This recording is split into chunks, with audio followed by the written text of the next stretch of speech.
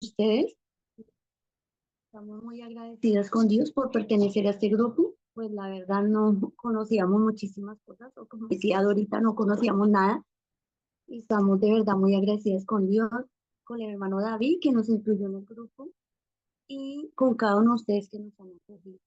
La bendición de Dios sea esta mañana con cada uno.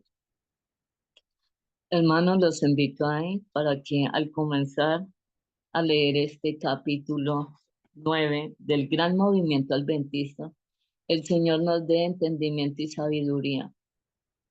Amén. Vamos a orar. Bendito y alabado Señor, queremos rogar, Señor, que tu presencia esté con nosotros. Diríjanos, Señor, por el poder de tu Santo Espíritu. Danos, Señor, la capacidad de entender conforme a la voluntad que tú quieres regalarnos a cada uno. Gracias, oh buen Dios, porque solo tú tienes sabiduría para regalarnos a todos nosotros. Bendícenos, en tus manos nos colocamos y te lo ponemos con tus manos maravillosas. En Jesús, amén. Para iniciar, vamos a leer el siguiente versículos de la Biblia. Lo encontramos en Marcos 2, 18. Marcos 2, 18 al 20. Dice, un día en que los discípulos de Juan y de los fariseos ayunaban, fueron a Jesús y le preguntaron, ¿por qué los discípulos de Juan y los de los fariseos ayunan y tus discípulos no ayunan? Jesús respondió, ¿pueden ayunar los invitados a una boda cuando el novio está con ellos? Mientras tiene consigo al novio, no pueden ayunar. Pero vendrán días en que el novio les será quitado y entonces ayunará.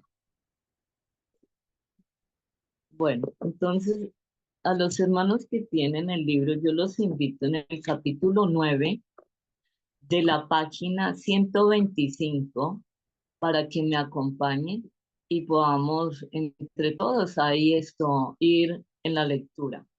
Dice así, entonces el reino de los cielos será semejante a 10 vírgenes que tomando sus lámparas salieron a recibir al esposo.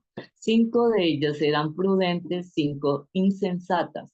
Las insensatas, tomando sus lámparas, no tomaron consigo aceite, mas las prudentes tomaron aceite en sus vasijas juntamente con sus lámparas.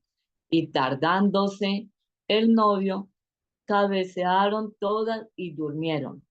Cristo es el novio de la parábola. Salir a recibir al novio debe, por lo tanto, representar un movimiento de parte del pueblo de Dios para recibir a Cristo en su venida, porque el tema del discurso de Mateo 24 y 25 es la venida del Señor. La palabra del Señor es la lámpara. Todas las vírgenes tomaron sus lámparas. La insensatez de una parte de las vírgenes consistió en que tomaron únicamente la teoría de la verdad sin la consagración ferviente al Señor al Señor que desarrollaría la gracia del Espíritu en el corazón del creyente. Esta obra se representa en la parábola con el aceite en su vasijas. La demora del esposo, del novio, digo yo, debe representar algún chasco de parte de los que salían esperando encontrarse con su Señor. Entonces, hermanitos, como se ha hablado, en estos días aquí en el grupo, nosotros ya hemos entendido que nosotros no somos las vírgenes, que de pronto eso había sido algo arraigado, por lo menos lo hablo por mí. En la iglesia siempre nos enseñaban que las vírgenes éramos nosotros. Y si le ponemos un poquito como de lógica, pues no pueden ser tantas vírgenes, obvio, ¿cierto? Solo por eso empezamos a darnos cuenta que nosotros no somos las novias, nosotros somos el cortejo que seguimos al Cordero por donde quiera que va. Para nosotros a veces es difícil entender estas bodas, porque las bodas aquí no se celebran de la manera que se celebraban en el Oriente. El cortejo era para el novio, no para la novia. Entonces, por eso aquí en Occidente es el cortejo para la novia. Entonces todo cambia y eso hace que nosotros a veces cuando leemos lo de las vírgenes no lo tengamos un poco claro. Además podemos ver que las vírgenes, 5 eran prudentes, 5 eran insensatas, pero unas tenían doble porción de aceite, las otras no. Eso quiere decir que unas hicieron provisión. Entonces, para complementar, vamos a leer aquí en el capítulo, en Conflicto de los Siglos, capítulo 23, donde dice profecías cumplidas sobre la parábola de las 10 vírgenes. Hermanos, en el Conflicto de los Siglos está muy bien explicado, es como un poquito de poner atención y ahí vamos a entender muchas cosas que le damos verdaderamente gracias a Dios que se han entendido ahora. Dice la parábola de las 10 vírgenes de Mateo 25, ilustra también lo que experimentaron los adventistas. En el capítulo 24 de Mateo, en contestación a la pregunta de sus discípulos respecto a la señal de su venida y del fin del mundo, Cristo había anunciado algunos de los acontecimientos más importantes de la historia del mundo y de la iglesia desde su primer advenimiento hasta su segundo, a saber, la destrucción de Jerusalén, la gran tribulación de la iglesia bajo las persecuciones paganas y papales, el escondimiento del sol y de la luna, la caída de las estrellas. Después habló de su venida en su reino y refirió la parábola que describe las dos clases de siervos que esperarían su aparecimiento. Recordemos que nosotros también somos los siervos que no duermen ni dejan dormir, ya que tenemos que tratar de despertar a las personas que están en la iglesia o fuera de ella, que no entienden o que de pronto son personas sinceras, porque en la iglesia hay mucha gente sincera que no se le ha hablado de estos temas. Nosotros somos los siervos que no duermen ni dejan dormir. El capítulo 25 empieza con las palabras, entonces el reino de los cielos será semejante a 10 vírgenes. Aquí se presenta la iglesia que vive en los últimos días. La misma enseñanza de que se habla al fin del capítulo 24. Lo que ella experimenta se ilustra en particularidades de un casamiento oriental. Entonces el reino de los cielos será semejante a 10 vírgenes que tomando sus lámparas salieron a recibir al novio. 5 de ellas prudentes y 5 insensatas. Las insensatas tomaron sus lámparas, no tomaron consigo aceite, pero las prudentes tomaron aceite en sus vasijas, juntamente con sus lámparas. Como el novio tardaba, cabecearon todas y se durmieron. Y a la medianoche se oyó un clamor. Ahí viene el novio, sale a recibirlo. Permita a Dios, hermanos, que nosotros estemos entre las que son sensatas, las que son prudentes, en las que están despiertas. Se comprendía que la venida de Cristo, anunciada por el mensaje del primer ángel, estaba representada por la venida de la extensa obra de la reforma que produjo la proclamación de su próxima venida, correspondía a la salida de las vírgenes. Tanto en esta parábola como en la de Mateo 24 se representan dos clases de personas. Unas y otras habían tomado sus lámparas, la Biblia, y a la luz salieron a recibir al esposo. Pero mientras que las insensatas, tomando sus lámparas, no tomaron consigo aceite. Las prudentes tomaron aceite en sus vasijas juntamente con su lámpara. Estas últimas habían recibido la gracia de Dios, el poder regenerador e iluminador del Espíritu Santo, que convertía su palabra en una antorcha para los pies y una luz en la senda, a fin de conocer la verdad. Habían estudiado las escrituras en el temor de Dios y habían procurado con ardor que hubiese pureza en su corazón y su vida. O sea, esto es una experiencia para nosotros, hermanitos. La idea es que nosotros nos consagremos a Dios y que nuestro corazón también sea puro y nuestra vida sea transformada. Y se tenían experiencia personal, fe en Dios y en su palabra. Y esto no podían borrarlo, el desengaño y la dilación. En cuanto a las otras vírgenes, tomando sus lámparas, no tomaron consigo aceite, habían obrado por impulso. Sus temores habían sido despertados por el solemne mensaje, pero se habían apoyado en la fe de sus hermanas, satisfechas con la luz vacilante de las buenas emociones sin comprender a fondo la verdad y sin que la gracia hubiera sido obrada verdaderamente en sus corazones. Habían salido a recibir al Señor llenas de esperanza en la perspectiva de una recompensa inmediata, pero no estaban preparadas para la tardanza ni para el contratiempo. Cuando vinieron las pruebas, su fe vaciló y sus luces se debilitaron. Puede estarnos pasando lo mismo, se presentan pruebas, se presentan situaciones difíciles y nosotros, nuestra fe vacila, nos desanimamos, nos podemos estar olvidando de las cosas de Dios. Y Dios permite esta tardanza con un propósito. Escuchemos, hermanos, dice, como el novio tardaba, cabecearon y se durmieron. La tardanza del novio representa la expiración del plazo en que se esperaba al Señor. El contratiempo y la demora aparecen. En este momento de incertidumbre, el interés de las superficiales y de los sinceros a medias empezó a vacilar y se cegaron en sus esfuerzos.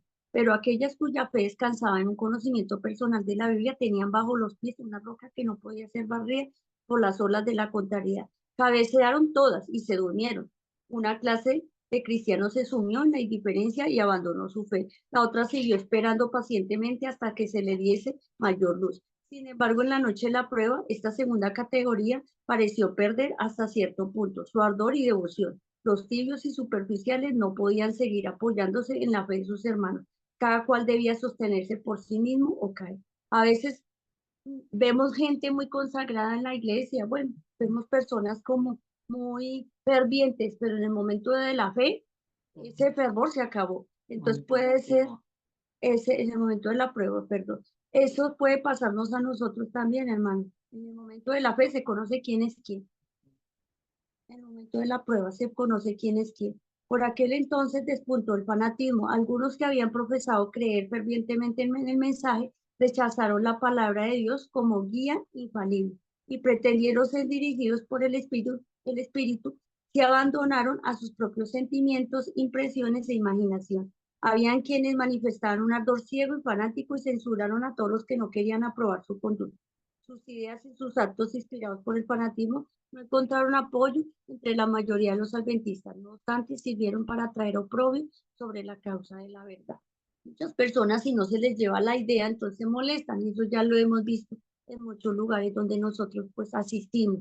Y pues la idea es seguir clamando con ellos para que ellos no vayan a cabecear en el momento que se necesite, en el momento de la prueba. Y Satanás estaba tratando de oponerse por este medio a la obra de Dios y destruirla. El movimiento adventista había conmovido grandemente a la gente, se había convertido en miles de pecadores y hubo hombres sinceros que se dedicaron a proclamar la verdad hasta en el tiempo de la paz. Vemos que hay personas que se mantuvieron firmes, así como esta parábola de las 10 vírgenes fue para ese momento, también es para ahora. Entonces nosotros también estamos en esa gran prueba donde tenemos que decidir estar firmes o desmayar. Y pues con la ayuda de Dios podamos tomar decisiones pues para vida eterna. Amén.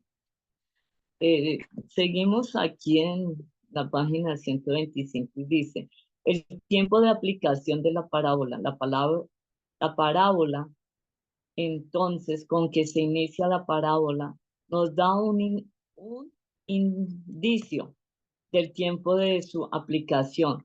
Sigue de cerca lo que se ha dicho en el capítulo anterior, no después de la segunda venida del Señor, sino después que la parábola de la higuera ha sido proclamada, anunciando que la venida de Cristo está a las puertas y que ha llegado la generación que no pasará hasta que Cristo mismo aparezca en las nubes de los cielos. También se aplica a un tiempo cuando algunos de los siervos que han estado dando el mensaje dicen en su corazón, mi Señor tarda en venir y comenzaré a golpear a sus consiervos y aún a comer y a beber con los borrachos. Eso está en Mateo 24, versículo 48-49. Podemos decir, hermanos, que tenemos que tener mucho cuidado, no desmayar, como había dicho Paulita, y con la ayuda de Dios no perder como el tiempo en cosas que no nos sirven. Tenemos un momento muy especial y el momento especial es hoy, yo diría, ¿no? Que estar velando y estar atento a lo que Dios nos ha dejado por medio de su palabra. Golpear a sus consiervos. Estos fueron consiervos que proclaman armoniosamente el mismo mensaje, pero ahora una parte de ellos abandona lo que se le había enseñado y golpean a sus consiervos que están dando el alimento a tiempo e indicando la preparación necesaria para encontrarse pronto con el Señor. Podemos mirar y analizar qué pasa en nuestra iglesia, ¿no? Unos creen que el Señor está a las puertas, otros dicen, no, Él tarda, Él nos está dando tiempo, pero el tiempo de gracia se está terminando, mis hermanos. Ellos golpean de la misma manera en que se propusieron golpear a Jeremías. Eso está en el capítulo 18, versículo 18. Dijo, venid, tirámoslo de lengua y no atendamos a ninguna de sus palabras. En este sentido, estos siervos comenzaron a enseñar de una manera que estorbaba la obra de los siervos. Dios permita, hermanos, que no podamos ser utilizados por el enemigo para entorpecer la obra de clamar el mensaje que el Señor está a las puertas. Tenemos que ser fervorosos y luchar con la ayuda de Dios, con el poder de su Santo Espíritu que nos dirige, nos ayude para hablar con amor y respeto a cada alma que necesita saber y encontrarse con nuestro Salvador. Esta misma clase de siervos recibe el mensaje: acuérdate pues de lo que has recibido y oído, y guárdalo y arrepiéntete. Eso está en Apocalipsis 3:3. Pues si no velas, vendré sobre ti como ladrón y no sabrás a qué hora vendré sobre ti. Entonces, nosotros debemos dar ese mensaje, hermanos, no olvidando lo que hemos sido enseñados por el poder del Espíritu Santo. Ahora, hermanos, gracias a Dios por medio de este grupo, doy gloria a Dios porque muchas cosas no las sabíamos, pero ahora pues hemos intentado de estudiar lo que cada uno de ustedes nos aporta, y alabado sea el Señor porque es para la honra y gloria de Él. La parábola de las vírgenes se aplica al tiempo cuando los consiervos abandonan el mensaje de la próxima venida del Señor y comienzan a golpear. También comienzan a hacer algo más: comer y beber con los borrachos. Se unen en banqueteo con los que desean gratificar su apetito, su apetito. Salomón dijo de ellos: no estés con los bebedores de vino, ni con los comedores de carne, porque el bebedor y el comilón empobrecerá. Eso está en Proverbios 23, del 20 al 21, hermano. Mire que hasta el mismo Salomón dejó eso ahí escrito por el Espíritu de Dios, que seamos sabios, hermanos, alimentémonos de lo que de verdad nos puede ayudar a crecer espiritualmente. Unámonos con aquellos que nos ayudan a entender, a comprender y ser guiados por el Espíritu Santo para continuar a la Canaán celestial. Bueno, hermanos, como vemos, siempre ha habido personas que decían por Dios y siempre hay personas que no. Quisiéramos que todo el mundo se salvara, que todo el mundo tuviera un arrepentimiento genuino, y pues nosotros, nuestras familias y todas las personas que están a nuestro alrededor, que conocemos y que tampoco están cerca. Quisiéramos que todos se salvaran, pero realmente no va a ser así. Siempre va a haber gente que se va a burlar, siempre va a haber gente que no va a querer buscar las cosas de Dios. Entonces, para complementar, quiero leerles aquí en el Conflicto de los Siglos, la página 337, donde dice que muchas personas, cuando Noé predicó, tampoco quisieron entender el mensaje, que ya estaba para ellos, estaba a las puertas, que el tiempo de gracia para ellos se estaba acabando. Dice: siglo tras siglo, las amonestaciones que Dios dirigía al mundo por medio de sus siervos fueron recibidas con la misma incredulidad y falta de fe. Cuando la maldad de los antidiluvianos le indujo a enviar el diluvio sobre la tierra, les dio primero a conocer su propósito para ofrecerles oportunidad de apartarse de sus malos caminos. Uno ve ahí, hermanos, que Dios es amor, Dios es misericordia, Dios siempre nos da oportunidad, siempre hay oportunidad, ya que cuando una persona vaya a descansar en el día del juicio, diga: ay, no, yo no conocía, no hay excusa, hermano, porque dice que nos da oportunidad de apartarnos de los malos caminos. O sea, Dios utiliza a alguien, algo, especialmente el Espíritu Santo, para que obre en nuestras vidas. Dice: durante 120 años oyeron resonar en sus oídos la amonestación que los llamaba al arrepentimiento. No fuese que la ira de Dios los destruyese. El mensaje les pareció fábula ridícula y no lo creyeron. Embalantonándose en su maldad, se mofaron del mensajero de Dios, se rieron de sus amenazas y hasta le acusaron de presunción. ¿Cómo se atrevía él solo a levantarse contra todos los grandes de la tierra? Si el mensajero de Noé era verdadero, ¿por qué no le reconocía el mundo entero? Era la afirmación de un hombre contra la sabiduría de millares. No quisieron creer en la amonestación. ni buscar protección en el arca. Los burladores llamaban la atención a las cosas de la naturaleza, a la sucesión invariable de las estaciones, al cielo azul que nunca había derramado lluvia, a los verdes campos refrescados por el suave rocío de la noche, y exclamaban: ¿no habla acaso en parábolas? Con desprecio declaraban que el predicador de la justicia era fanático y rematado, y siguieron corriendo tras los placeres y andando en sus malos caminos con más empeño que nunca. Pero su incredulidad no implica la realización del conocimiento predicho. Dios soportó mucho tiempo su maldad, dándoles amplia oportunidad para arrepentirse, pero a su debido tiempo sus juicios cayeron sobre los que habían rechazado su misericordia. O sea que ellos tuvieron tiempo, en este momento nosotros tenemos ese tiempo. Pero si nosotros no decidimos, Dios va a venir con nosotros o por sin nosotros. Pero Dios va a hacer la obra que tiene que hacer, porque este mundo, como ustedes ven, cada día está peor. Se ven cosas, ya se puede decir, como estrambóticas, muy tristes, muy dolorosas. Todos de alguna manera estamos sufriendo alguna situación. Entonces nos damos cuenta que así como ellos tuvieron tiempo, nosotros también tenemos tiempo, y que Dios permita que si estamos andando en malos caminos, algún pecado tenemos arraigado en nuestra vida, podamos clamar a Dios para que Él pueda sacarnos de ese yugo de la esclavitud y podamos seguir caminando en las sendas de Dios. En la página 126 que estamos leyendo, el Gran Movimiento Adventista nos dice: el primer chasco. La pregunta surgirá ahora: ¿qué hubo en la experiencia del advenimiento que responde a estas afirmaciones? Hubo movimientos que concuerda plenamente con la profecía. Aquellos que daban el mensaje hasta abril de 1844, trabajaban entre la iglesia, y los ministros de las diversas iglesias se unieron a sus esfuerzos. De este modo, ellos eran consiervos.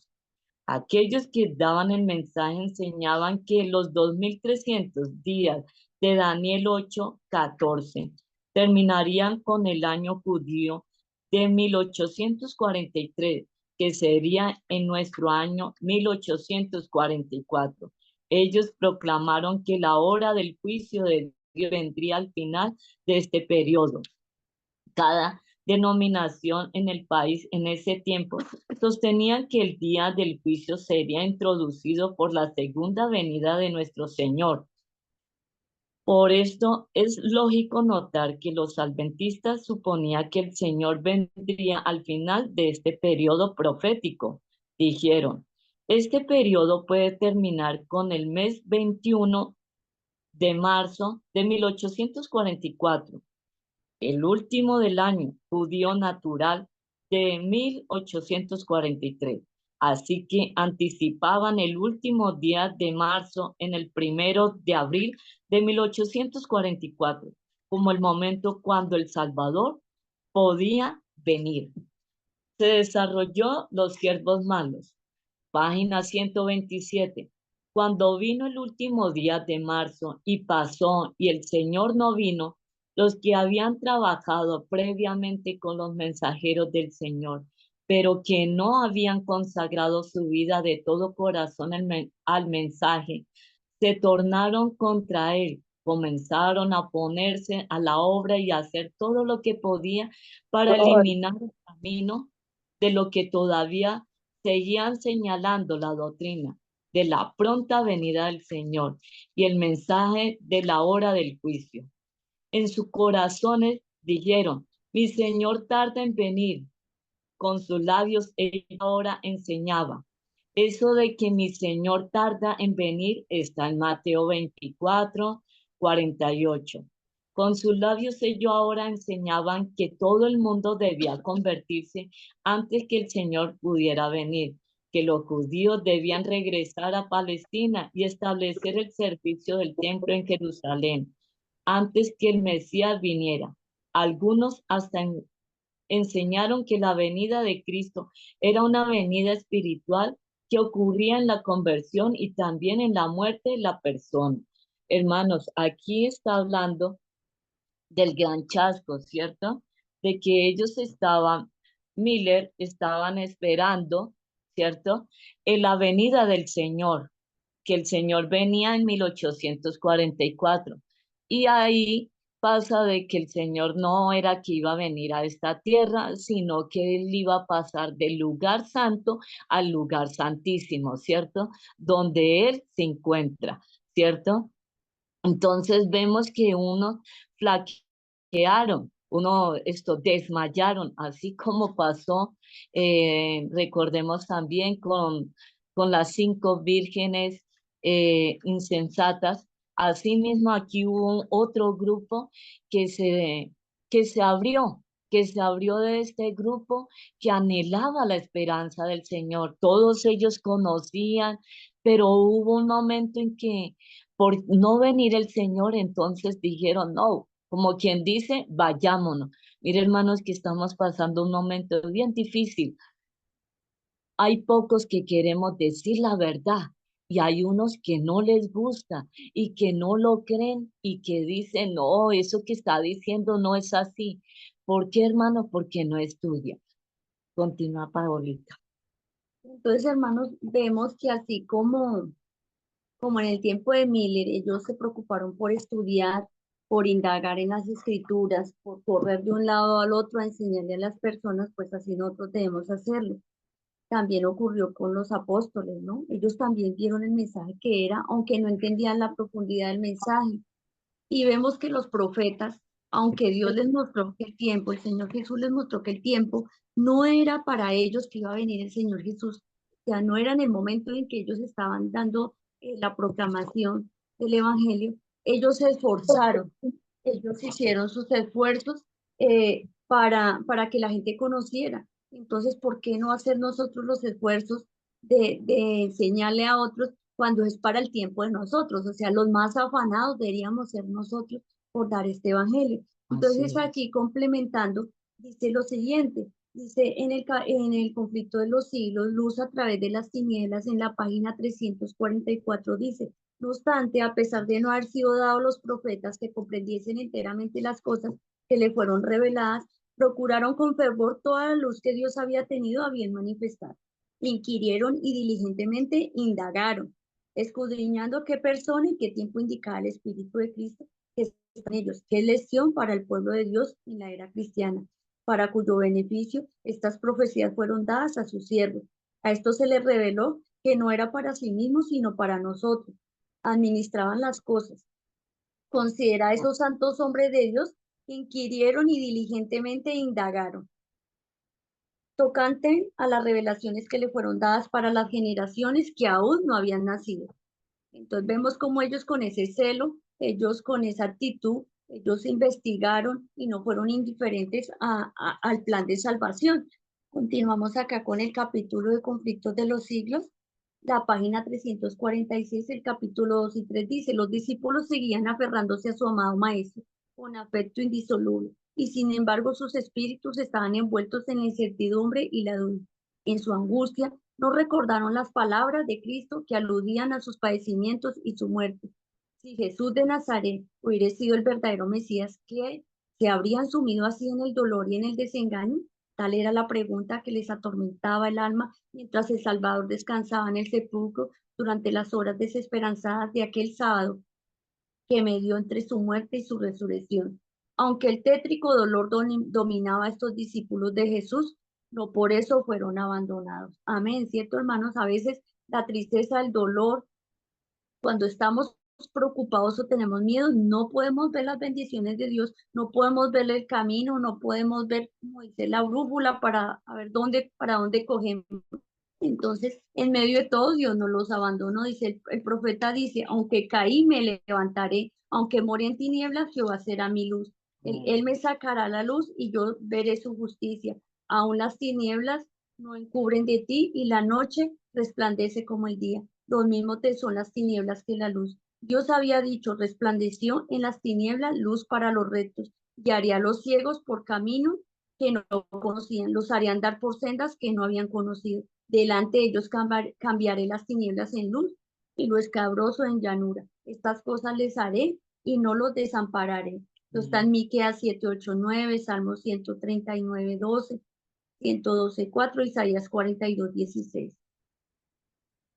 Entonces, para complementar, vamos a leer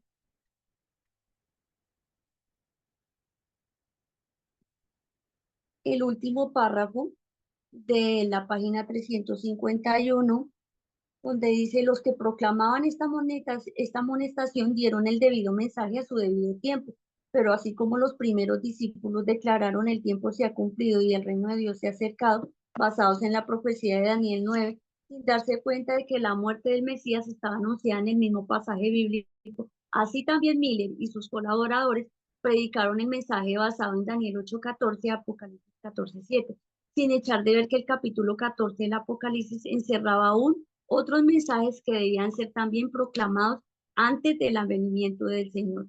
Como los discípulos se equivocaron en cuanto al reino que debían establecer al fin de las 70 semanas, así también los adventistas se equivocaron en cuanto al acontecimiento que debía producirse al fin de los 2300 días.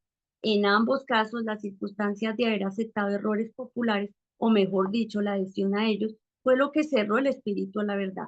Ambos cumplieron la voluntad de Dios, proclamando el mensaje que él deseaba que fuese proclamado, y ambos, debido a su mala comprensión del mensaje, sufrieron desengaños.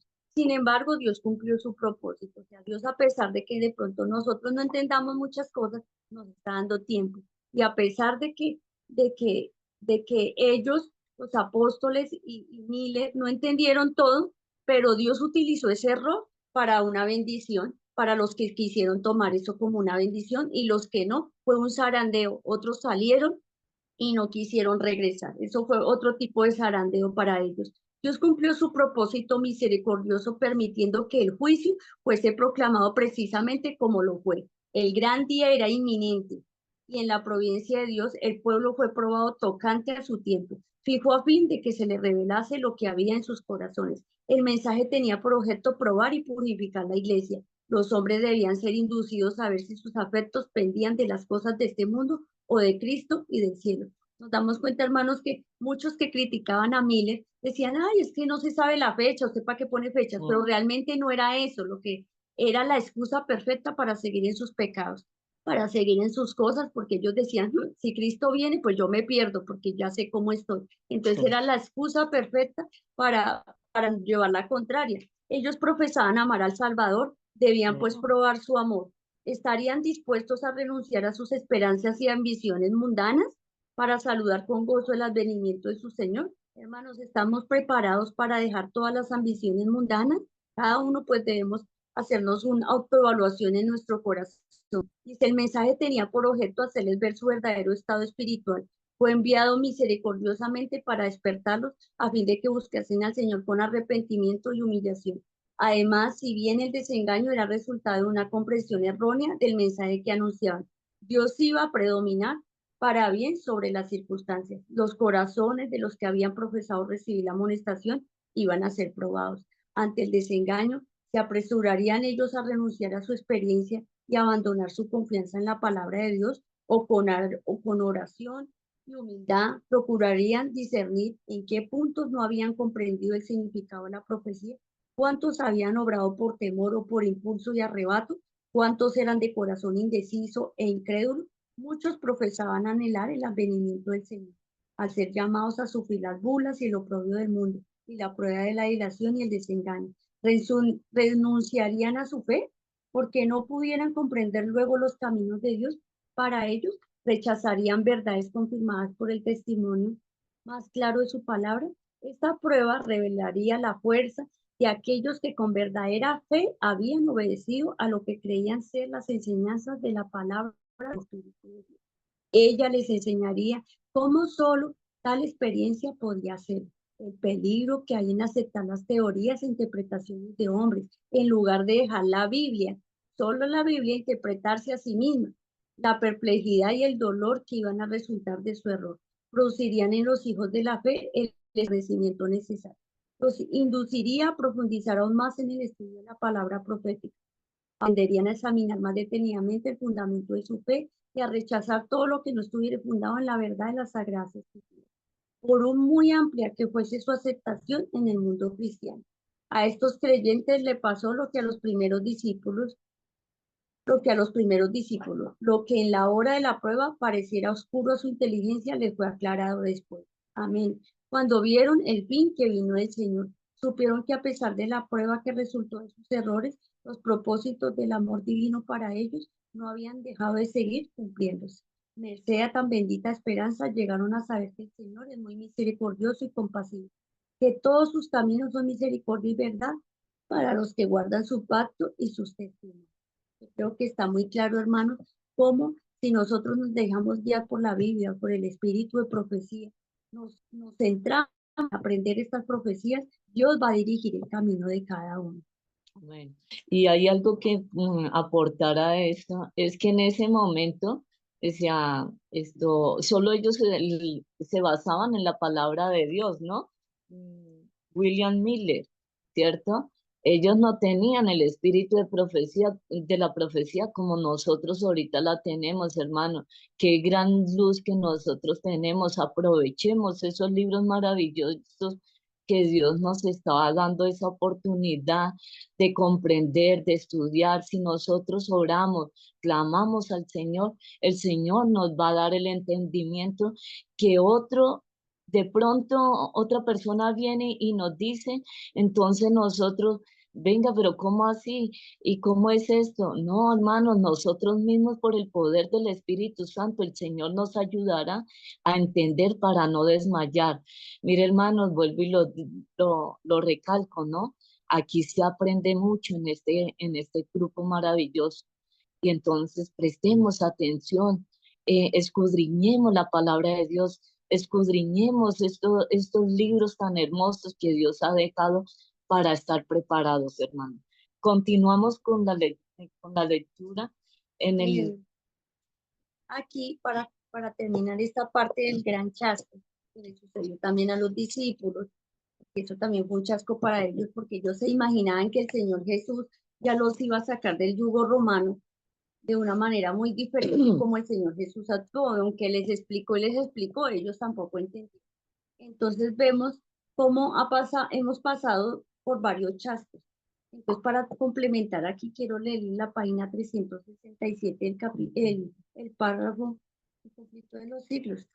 La página 367, estos dos párrafos, dice, por todas partes se oía el testimonio del Salvador que amonestaba a los pecadores, tanto mundanos como miembros de iglesia, para que huyesen de la ira venidera. Como Juan el Bautista, el precursor de Cristo, los predicadores ponían la segura a la raíz del árbol e instaban a todos a que hiciesen frutos dignos de arrepentimiento. Sus llamamientos conmovedores contrastaban notablemente con las seguridades de paz y salvación que se oían desde los púlpitos populares. Y donde quiera que se proclamaba el mensaje, conmovía al pueblo. El testimonio sencillo y directo de las Sagradas Escrituras, inculcado en el corazón de los hombres por el poder del Espíritu Santo, producía una fuerza de convicción a la que solo pocos podían resistir. Personas que profesan cierta religiosidad fueron despertadas de su falsa seguridad, vieron sus apostasías, su mundanalidad, incredulidad, su orgullo y egoísmo. Muchos buscaron al Señor con arrepentimiento y humillación. El apego que por tanto tiempo se habían dejado sentir por las cosas terrenales se dejó entonces sentir por las cosas del cielo. El Espíritu de Dios descansaba sobre ellos, y con corazones enternecidos y subyugados se unían para exclamar, teme a Dios y dale gloria, porque la hora de su juicio ha llegado. Los pecadores preguntaban llorando, ¿qué debo hacer para ser salvo? ¿Será, hermanos, que nosotros también preguntamos llorando, qué debemos hacer para ser salvos? ¿Será que estamos angustiados o preocupados o nuestra prioridad es la salvación? A mí esto me llama mucho la atención donde dice los pecadores preguntaban llorando, ¿qué debo hacer para ser salvo? Cuyas vidas habían estado marcadas por la deshonestidad, deseaban hacer restituciones. Todos los que encontraban paz en Cristo ansiaban ver a otros participar de la misma bendición. Los corazones de los padres se volvían hacia sus hijos y los corazones de los hijos hacia sus padres. Los obstáculos levantados por el orgullo y la reticencia desaparecían. Se hacían sentidas confesiones y los miembros de la familia trabajaban por la salvación de los más cercanos y queridos. A todos se oían voces de ardiente intercesión. Por todas partes había almas que con angustia luchaban con Dios. Muchos pasaban toda la noche en oración para tener la seguridad de que sus propios pecados eran perdonados. o para obtener la conversión de sus parientes o vecinos. Hermanos, ¿cuánto oramos? ¿Cuánto oramos? ¿Cuánto leemos? ¿Cuánto tiempo de las 24 horas, que son 12 para descansar? Pues 12 de noche, 12 de día. ¿Cuánto tiempo se saca para las cosas de Dios? Porque realmente estamos preocupados, estamos afanados por nuestra salvación o estamos preocupados por los negocios de esta vida. Que Dios nos ayude, hermanos, porque nos damos cuenta cómo ellos oraban toda la noche. A veces, si oramos una hora, ya estamos cansados, ya nos duelen las rodillas. Entonces, pedirle a Dios que nos enseñe a ser fuertes, persistentes, valientes en las manos de Dios. Y otra cosa, hermanitos, que así que uno comprende también que Miller también aportó para la obra misionera. Él daba esto, aportaba de lo que él tenía para que el evangelio fuera proclamado. Viajaba a muchas partes, hermanos, dando este gran mensaje de esperanza, de que el Señor iba a venir y que todo esto iba a terminar. Hermano, a veces, no sé, ¿no? Cada uno sabemos cuánto estamos aportándole a la obra del Señor con nuestra riqueza, con nuestro tiempo, como decía Paulita. Entonces, Dios nos ayude para entender que tenemos que aportar más, que tenemos que ser fervorosos a la proclamación de este evangelio. Dice aquí, bien, dar alimentos, festines en la iglesia. Mientras ellos, en la página 127 continuamos. Mientras ellos hacían esto, comenzó los que antes eran desconocidos en la iglesia protestante, al invitar a la gente a venir a la iglesia para festines y diversiones. Todo lo que quisieran ir eran invitados a participar con ellos de sus necedades. La primera vez que escuchamos de algo similar en Norteamérica fue en el mes de mayo de 1844, justo después del chasco. Sucedió de esta manera. Mientras William Miller, en un salón de Rochester, Nueva York, estaba instruyendo y exhortando a varios centenares de adventistas, diciéndole: estamos en el tiempo de demora de Mateo 25. Aférrese a su fe. Pronto tendremos más luz sobre este asunto. Se estaba teniendo un festival. O sea, ahí mismo donde Miller estaba hablando, había también un festival en el subsuelo de una de las casas de reunión más grandes de Rochester. Una multitud se reunió, tanto miembros de iglesia como incrédulos, mientras el presidente de un colegio teológico divertía a la multitud ridiculizando a William Miller. Les vendía ostiones, helados, dulces y por 25 centavos un pequeño panfleto que este hombre había preparado. El librito se titulaba Una desenmascaramiento del millerismo. Y en la página 128, párrafo 1 dice: poco tiempo después, otra denominación en la misma ciudad dijo un festival.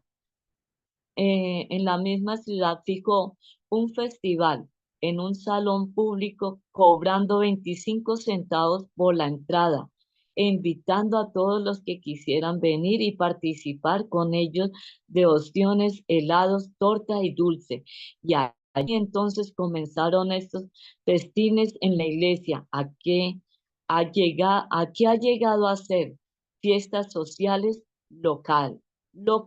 fiestas sociales locas, perdón, paquetes, sorpresas, estanques de peces, concursos de besos y etcétera. Esta costumbre de hacer festines en la iglesia ha crecido hasta el punto que ahora un edificio moderno para iglesia no cumple las normas a menos que tenga su cocina, despensa y comedor. Este estado de cosas comenzó en el periodo de demora, tal como lo indicó la parábola. William Miller mismo habló del incidente que ocurrió en Rochester. Hasta, bueno, ahí es comprendible, ¿no, hermanos? Mire que como mientras que se predicaba el evangelio, el mensaje, otros para perturbar el mensaje vendía, hacía negocios y quería ridiculizar a, a Miller. Entonces, hermano, y mire cómo en pequeñas, cómo por medio el enemigo es tan sutil de meter cosas para perturbar el mensaje del Señor. Como vemos, hermanos, con tantas celebraciones que se hacen hoy en día, ¿no? Se hacen demasiadas celebraciones a veces en la iglesia y a veces no, casi nunca se estudia profundamente los libros ni la Biblia, ni los libros del Espíritu de Profecía, ni la Biblia. Aquí en la página 365, el conflicto de los siglos, habla de la inmoralidad y del vicio. Dice, teme a Dios y dale gloria, porque la hora de su juicio ha llegado. Reprobaban los pecados del pueblo, condenando no solamente la inmoralidad y el vicio, sino también la mundanalidad y la apostasía. Y eso no es solo afuera, sino dentro de la iglesia, ¿no? Exhortaban a sus oyentes a huir de la ira venidera. La gente oía temblando. El Espíritu de Dios, capaz de convencer, hablaba a sus corazones. Muchos eran inducidos a escudriñar las Santas Escrituras con profundo interés. Los intemperantes y los viciosos se enmendaban. Otros renunciaban a sus hábitos deshonestos y se realizaba una obra tal que hasta los ministros de la iglesia oficial se vieron obligados a reconocer que la mano de Dios estaba en el movimiento. O sea, Dios no nos va a dejar chasqueados, hermano. Dios es Dios y a nosotros nos quedan grandes las cosas muchas veces, pero a Dios no. Entonces Él les mostrará en algún momento a los que están diciendo que, ay, que exagerados, que son fanáticos. Uno a veces dice algo y la gente lo toma como que a fanatismo, pero Dios en algún momento les va a mostrar, así sea en el día del juicio, que lo que ellos estaban haciendo no estaba correcto.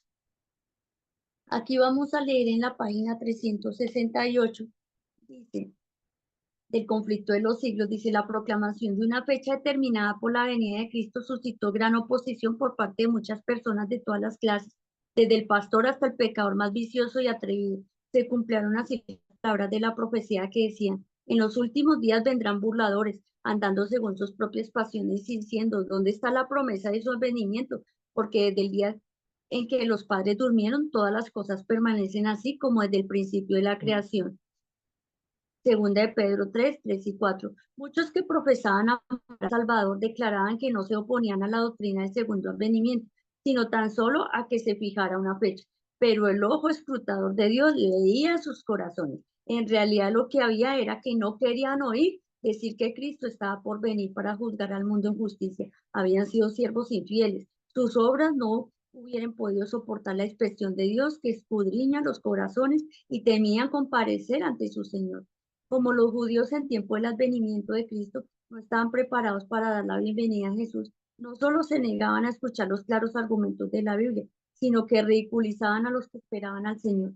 Satanás y sus ángeles se regocijaban de esto y arrojaban a la cara de Cristo y de sus santos ángeles la afrenta de que los que profesaban ser su pueblo le amaban tan poco que no deseaban su aparición. Entonces vemos que las personas que ridiculizaban y se inventaban esas fiestas y todas esas cosas que no se deben hacer, era porque realmente su corazón estaba lejos de Dios, no era porque estuvieran pensando que Miller estaba equivocado y que ellos estaban bien, no, era una manera de engañar aparentemente, ¿no? Supuestamente su intención de que la fecha no era, que por eso ellos no buscaban, pero era realmente porque sus corazones estaban lejos de Dios. Vamos a leer en la página 370, el conflicto de los siglos. El último párrafito dice, los ángeles de Dios observaban con el más profundo interés el resultado de la amonestación. Cuando las iglesias rechazaban el mensaje, los ángeles se apartaban con tristeza. Sin embargo, eran muchos los que no habían sido probados con respecto a la verdad del advenimiento. Muchos se dejaron descarriar por sus maridos, esposas, padres o hijos y se les hizo creer que era pecado prestar siquiera oídos a las herejías enseñadas por los adventistas. Los ángeles recibieron orden de velar fielmente sobre sus almas, pues otra luz había de brillar aún sobre ellas desde el trono de Dios. Qué lindo que nos damos cuenta que Dios no nos va a dejar solos si nosotros nos esforzamos por seguir las cosas de Él, por seguir sus principios y mandatos. Él no nos va a abandonar. Ya vamos a terminar, hermanitos. Entonces, aquí en la página 371 del conflicto de los siglos, dice, los que habían aceptado el mensaje velaban por la venida de su Salvador con indecible esperanza. El tiempo en que esperaban ir a su encuentro estaba próximo, y hasta ahora se acercaban con solemne calma. Descansaban en dulce comunión con Dios, y esto era para ellos prenda segura de la paz que tendrían en la gloria venidera.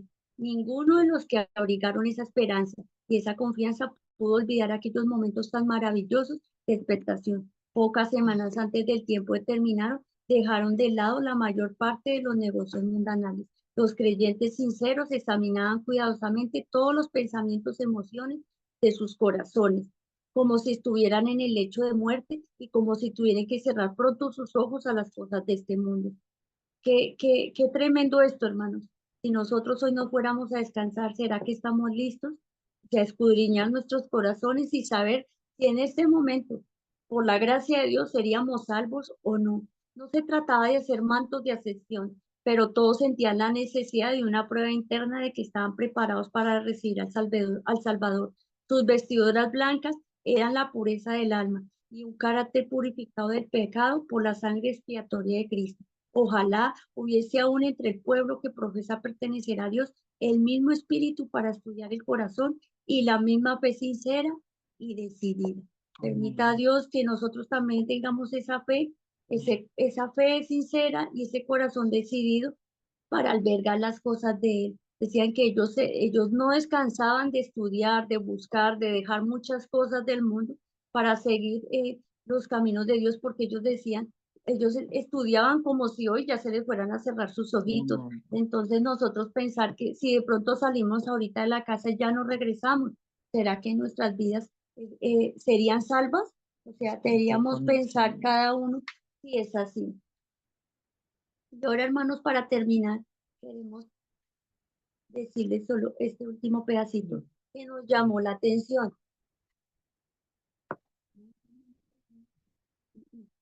Entonces, hermanos, nos llama esto la atención con Dorita porque dice que los que no aprendan las profecías no van a tener la bendición especial. Y pues claro que es lógico, ¿no? Porque si no sabemos las profecías, es como tener el mapa para conducirnos y llegar a la Canaán celestial, pues con la ayuda del Señor Jesús, el Espíritu Santo y de Dios. Pero imagínense nosotros sin saber las profecías, pues para dónde vamos a coger o cómo vamos a tener la sabiduría de qué hacer o qué dejar de hacer. Dice el profeta, dice en la página 370 del conflicto de los siglos, el profeta dice, bienaventurado el que lee. Hay quienes no quieren leer, la bendición no es para ellos. Y los que oyen, hay algunos también que se niegan a oír cualquier cosa relativa a las profecías. La bendición no es tampoco para los que no quieren escuchar, para esta clase de personas, y guardan las cosas en indescritas. Muchos se niegan a tomar en cuenta las amonestaciones e instrucciones contenidas en el Apocalipsis. Ninguno de ellos tiene derecho a la bendición prometida.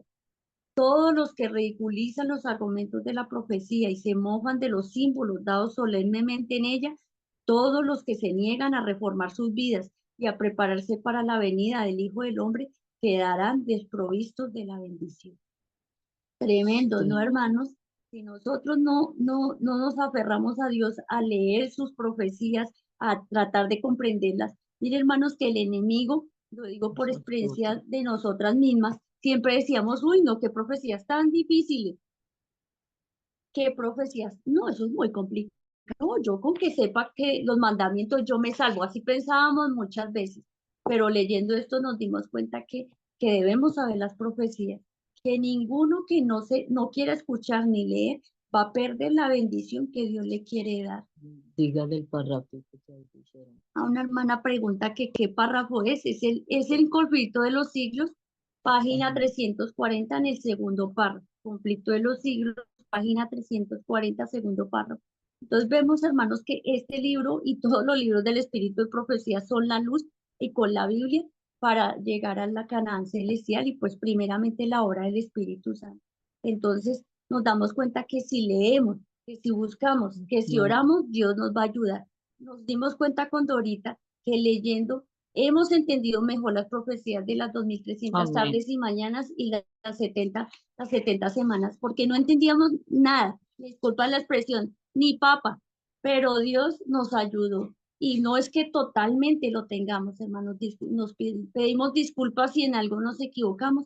Es la primera vez que Lo explicamos algo hacemos. así como más profundo, porque uno de pronto en la iglesia predicaba, pero no Toma estos temas atención. así de profundos y con un libro y otro y viendo la importancia de las profecías. Entonces, hermanos, esperamos que haya sido una bendición para cada uno de ustedes. La verdad, para nosotras sí lo fue y que podamos, y si lo es, entonces, pues que Dios nos bendiga y que podamos todos leer este libro de Conflicto de los Siglos, primeros escritos y el movimiento adventista y los demás libros, hermano, porque este es el canal seguro para llegar al reino de los cielos. Estas profecías tenemos que saberlas porque es el mapa que nos dirige a la Canaán celestial. Dios Y, les bendiga. y hermanitos, nosotros leímos, gracias a Dios, desde el capítulo 18 hasta el 21. Ahí fue de gran bendición porque pudimos aclarar algunas cosas que nosotros no sabíamos. Y de verdad que, aunque ustedes no lo crean, pero teníamos mucho susto, pero Dios nos ha bendecido en aprender. Y gracias, hermanos, porque ustedes también nos han enseñado a nosotros. Muchas gracias, que Dios me los bendiga. Y Paulita vuelva a repetir aquí ese parrafito, no, la página 340, el conflicto de los En el siglos, capítulo una profecía significativa. una profecía significativa, párrafo 2. Bueno, hermanitos, entonces, si hay comentarios, pues ahí nos ayudan nuestros hermanos que nos pueden ayudar también en Porque algunas preguntas. ya no, Muchas bendiciones. no podemos quedarnos mucho tiempo porque ya toca salir a trabajar. Dale. Termine Hermanas, con una terminen. oración. Ah, perdón, adelante. ¿Pueden orar, hermanas? ¿Terminar? Bueno, Sí, hermanita, señora, con gusto. Hola, Paulita. Amén. oremos. Soberano y eterno Dios, que estás en las alturas de los cielos, te damos gracias, Señor, por el tiempo que nos ha dado a cada uno, porque nos has dado mucho tiempo. Permite, Señor, que cada una de estas profecías, cada una de tus enseñanzas queden plasmadas en nuestros corazones, Amén. nos llenen de alegría, que podamos cada vez más aprender de ti con ese gozo, Señor, entendiendo que estos libros son como oro en polvo, como dice el pastor, Señor. Ayúdanos a cada uno de los que estamos en este grupo, a nuestras familias, a nuestros vecinos, que podamos enseñarles de una manera sencilla y amorosa y que nos podamos encontrar en el reino de los cielos. Perdónanos, Señor, por el tiempo que hemos perdido y que de pronto no, lo más seguro es que sí, perdimos mucho tiempo y no aprovechamos, Señor, de leer tus cosas, sino nos distrajimos en otras cosas. Permite, Señor, que nosotros, todos los que estamos aquí, podamos recibir la bendición de aprender las profecías, de entender ese mapa que nos llevará a llevar el sendero, Señor, donde estás tú, Señor. Queremos, Señor, ser esas vírgenes prudentes, Señor, que andarán contigo donde quiera que vayas, Padre Santo. Ayúdanos, Padre de amor, a seguir adelante, danos fortaleza. Si hay alguna persona aquí triste, una persona que no entiende tu palabra, que podemos ser nosotros mismos, ayúdanos, Padre Santo, que Amén. apenas nosotros estamos como despertando y con unos pinitos aprendiendo, Señor. No sabemos mucho, Señor, pero gracias por lo que hemos Amén. aprendido. Si hay alguien enfermo, si hay alguien con problemas en su casa, con sus hijos, con su esposo, si hay, Señor, alguien sin trabajo, alguien desesperado, que entró en este lugar esperando escuchar y tener un poco de paz, Señor. Dile que tú estás cerca, que tú vienes a las puertas, enséñale el camino y la verdad y la vida y permite que nosotros también seamos instrumentos tuyos, que esa persona pueda sentir paz y que en medio de todo, Señor, pueda encontrar lo que necesita para su salvación. Gracias por amarnos y por escucharnos. En el nombre y por los méritos de tu Hijo amado, en Jesús. Amén. Amén.